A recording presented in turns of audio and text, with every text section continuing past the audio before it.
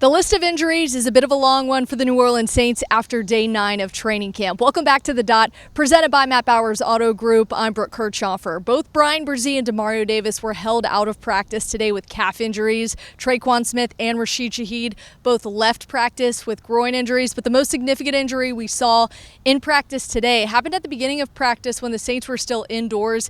Eno Benjamin went to plant to take off for a route and immediately collapsed to the ground. The Saints believe he ruptured his Achilles. And then we saw Kendre Miller get knocked out of an 11-on-11 period because of a jaw injury. He did return to practice, but we asked Dennis Allen about the significance of these injuries happening so early on in camp. This is when it generally occurs, and it's part of the nature of the business that we're in. But yet we gotta look at it and see what can we do as a team, both as the individual and me as the head coach to try to prevent these as best we can.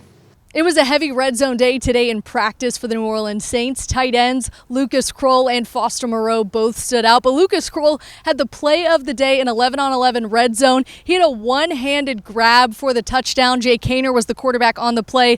JT Gray was in coverage. Now, Lucas Krull spent the majority of his rookie campaign with the Saints on the practice squad, and he's now looking to define a role in a very crowded tight end room. Look, I think he's right. I think he's right there in the mix. Obviously there's some veteran players in that room, and he's kind of the young guy of the group.